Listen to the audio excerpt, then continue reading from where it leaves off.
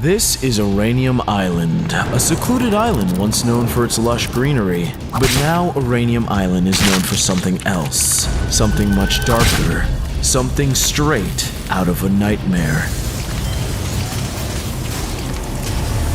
This ancient infernal beast now rules over this place. It's his kingdom, his hunting grounds. But believe it or not, Choo Charles didn't always call this island home. You see, Choo Charles wasn't always a monster. One of his earliest memories was that of his parents' fatal car accident. Charles was the sole survivor. Guilt-ridden and completely alone, he had no idea how to make his way through this world. Get out of here, kid. Yeah, this place is too dangerous for you. Then what are you doing here? We live here. You live here? On the train? Yep, we hop trains all across the country. No home, no strings. No taxes. Completely off the grid. But that's no life for a little guy like you, so scram.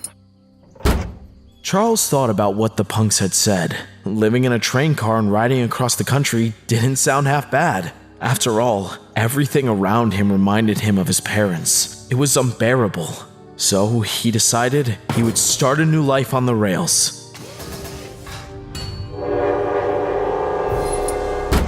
For the most part, he loved that life. The adventure, the danger. He saw more of the world in a year than many people see in their entire life.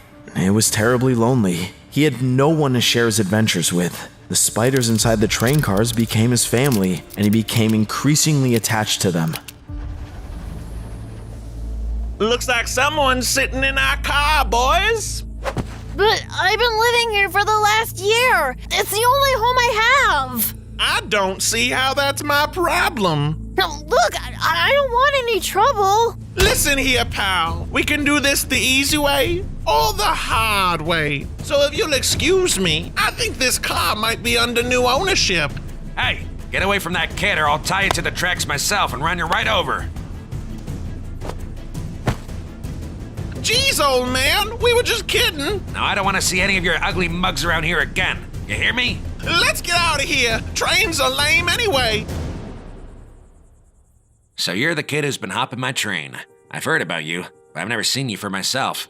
What's a little guy like you doing on his own? My parents died. I didn't know where else to go. I'm sorry. I won't bother you anymore. You know, I sure could use an assistant. An assistant? Yeah, a conductor's assistant. Someone to help me out. Make sure the train runs nice and smooth. Yeah, I'd love to. And with that, Charles began a new life as an assistant conductor on the very train he hopped. Charles loved his new job. He loved seeing the world. He loved learning about the train. But most importantly, he wasn't alone anymore. Hey, you know what would really help? Let everyone know we're coming. Hold that lever right there. Whoa. There you go. That's my little Choo Charles. Charles took to life with his new father figure right away. He spent his entire childhood on that train as the conductor taught him everything he needed to know.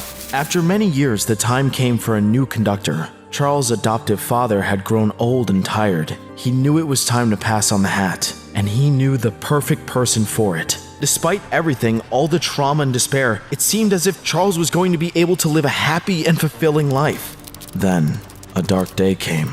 He quickly learned that his conductor dreams were coming to an immediate end. The company he had been working for since he was little was going under. Charles and his train were put out of commission.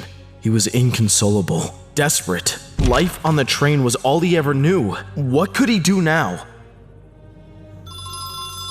This is Charles.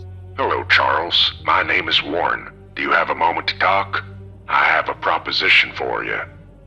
Warren Charles III was an up-and-coming titan of the mining industry. He was hatching a big plan to build an all-new rail system on the remote island of Uranium. Gold had been discovered on the island, and Warren wanted to take advantage of it before anyone else snuck in.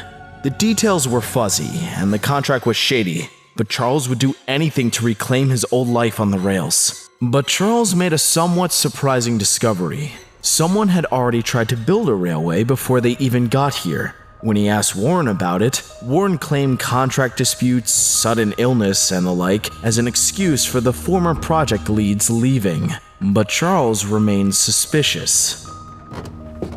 Where'd you get that from? Scraps, believe it or not. Totally free. You see, our company prides itself on being cost-effective.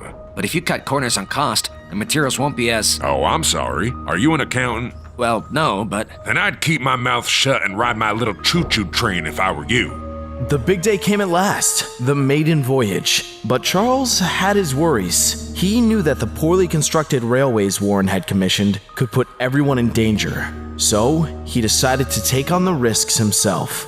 Mr. Warren, I'd like to conduct the maiden voyage alone, if that's all right. Sounds splendid. We'll save tons of money without any additional crew. Choo-choo. It seemed as though Charles' suspicions were confirmed, but though the ride was unpleasant, nothing had gone wrong. Yet.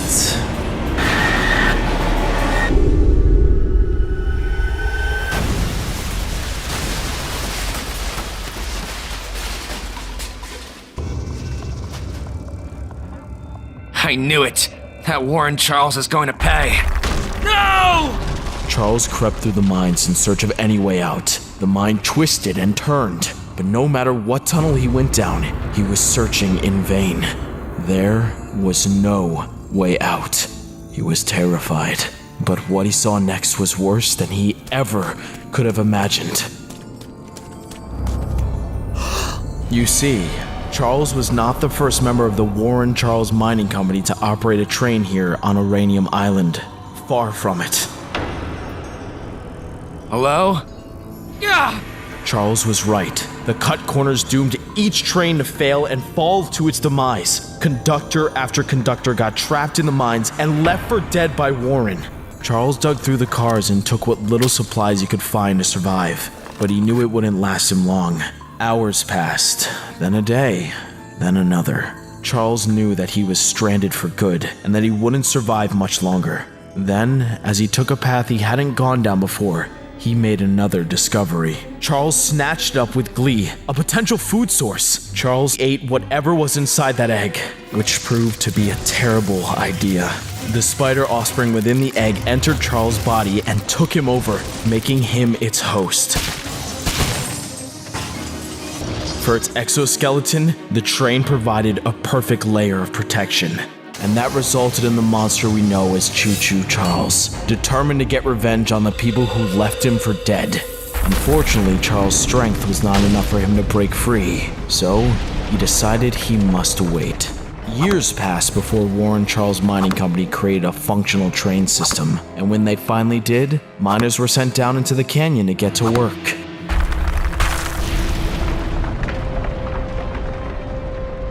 Yeah! Whoa! The miners celebrated, ready to take the riches that awaited them.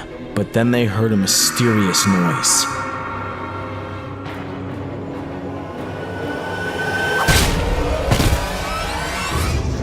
Their greed set Choo-Choo Charles free at last.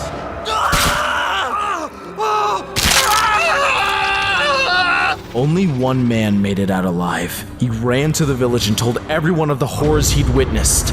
Since that day, everyone on the island has lived in fear of Choo-Choo Charles.